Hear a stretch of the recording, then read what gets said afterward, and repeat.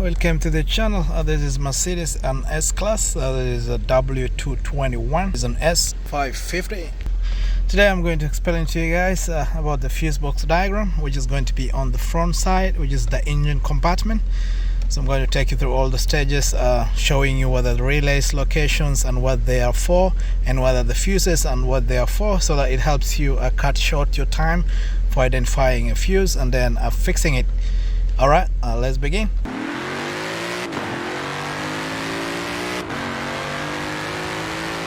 So first thing first, you just come below here. You see this red thing right here? You just pull it up and then pops out the hood. Once you're in the front of the engine, you pop it up, and then right here next to the driver's side, this is going to be our fuse box. So what you're going to do, we have a 4.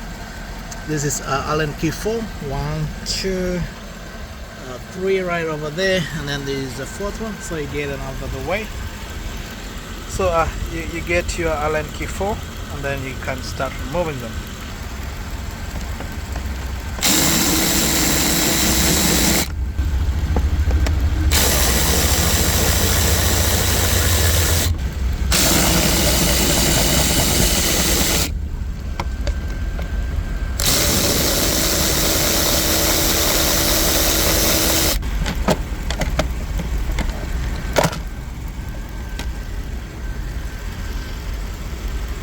So once here is our fuse box right over here. So first things first, I'm going to show you guys we have the small fuse right here.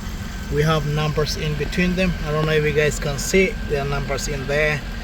And then lastly, we have this big size fuses, and then lastly we have this relays. Alright, so let's begin. Let's begin with the small fuses, and then I'll end up with all these big relays. So the relay had numbers like this right here. Is a K, is a J, is a H. Alright, let's begin. Okay, to begin I'm going to use this fuse number 60. This is 5 amps. This is going to be for the electro-hydraulic power steering. And then the next, this is going to be a 7.5. So this fuse is for restraint system control unit. This literally is for your seat belt. And then next to that is going to be a fuse number 62. It's going to be 5 amps. It's going to be for the night view assist control units. So next we have an empty space right over here, and then next is going to be fuse number 64. This is 10 amps. This is for the driver neck pro head restraint solenoid. Is going to be both for the front passenger and then for the driver seat. Next is the fuse number 65, which is 15 amps. This is for the 12-volt connector in the glove box. And then next we have a fuse number 66. This is going to be which is 7.5 amps.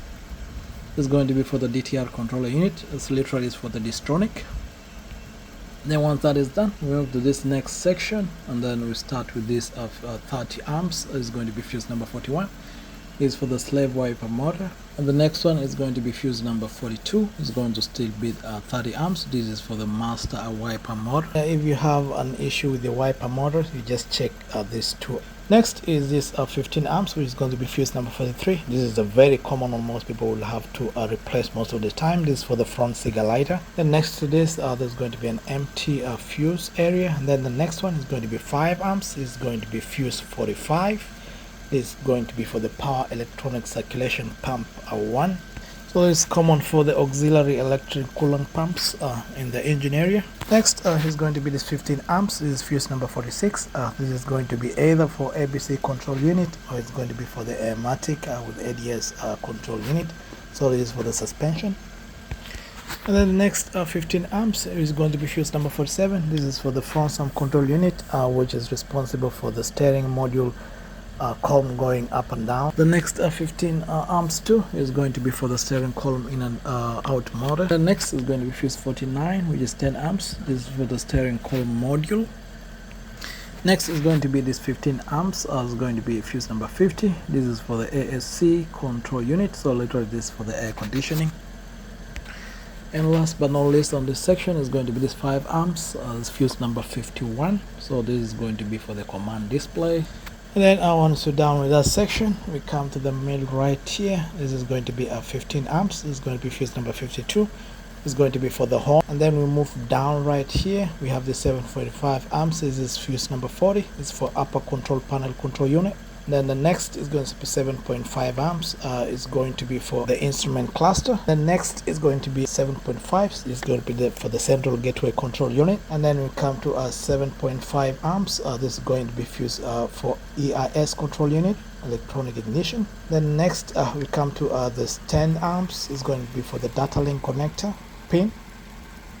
And then next to that we have this 5 amps. Is going for the electric parking brake controller unit. And then down here to the last place is going to be for the regenerative braking system control unit. And then we come just up here to this 5 amps. This for the ESP control unit. The next is going to be this 15 amps. Is that fuse number 32. This is for the transmission oil auxiliary pump control unit. And then the last one is going to be fuse number 31. It's 5 amps. This is for the electric refrigerant compressor. And then we come up here, it's going to be 7.5 amps. This is for the CDI control unit, or it's going to be for the control unit for the fuel pump control unit. And then next we have fuse number 29, is 5 amps. It's for the rear sum control unit with fuse and relay module. And then next is going to be fuse number 28, is 7.5 amps. This is for the EGS control unit, or it's for the transmission. We come here to this 10 amps is going to be fuse number 27. This is for right front lamp control unit. Next is 10 amps is for the left front lamp control unit. And then the last down here, this is going to be fused for the instrument cluster, 7.5 amps. And then next is going to be 25 amps. This is going to be for terminal 87 MLE connector sleeve, or it's going to be for the CDI control unit. And then next is 20 amps is going to be for rear sum control unit with fuse and relay module. And then the last one, which is blue, is going to be 15 amps. This is going to be for the terminal 87 connector sleeve. And then the next, which is fuse number 21, is going to be 20 amps. Is going to be for the CDI control unit fuel pump relay. And then the last, which is going to be 10 amps for the CDI control unit. Once done with that, we come to this big fuses. The first one is going to be fuse number 56. It's going to be 40 amps. This is going to be for the Matic compressor unit. And then the next one is going to be fuse number 55. It's going to be 60 amps. It's going to be for electric air pump. Then we come back over here. It's going to be 30 amps. It's going to be fuse number 57. It's for the wiper pack position heater. And when you come up over here, it's going to be the 40 amp. It's going to be for the air, for the AC air recirculation unit. And with that, we come to the end of the fuses. So we're going to go next to the relays. So to start it off, I'll start with this relay K. This is going to be for the wiper pack heater relay. And then next to it is going to be for the starter, is going to be circuit 15. And then next to that, which is the relay H, is going to be for the starter, circuit 50 relay. And then next to that is going to be relay of G. It's going to be terminal 15R relay. Then next is going to be towards the end is going to be for the horn, is relay F. And then we come down relay B is going to be for the air suspension compressor relay. And then down over here relay A. This is going for the air pump relay. And then we come to relay C. It's going for terminal 87 relay. It's going to be for the engine. Then terminal 15 relay is going to be on D. And then the last one, which is going to be terminal 87 relay, is for the chassis for the car. Alright, that's how it is. And those are the basic fuse and relays which are there. And then if you find that there's a missing relay like here, fuse like here, you know that those are for the variants. Alright, thank you for watching. I hope really this has been helpful, and if you like it, leave a like and subscribe, and then see you in the next video. Alright, bye bye.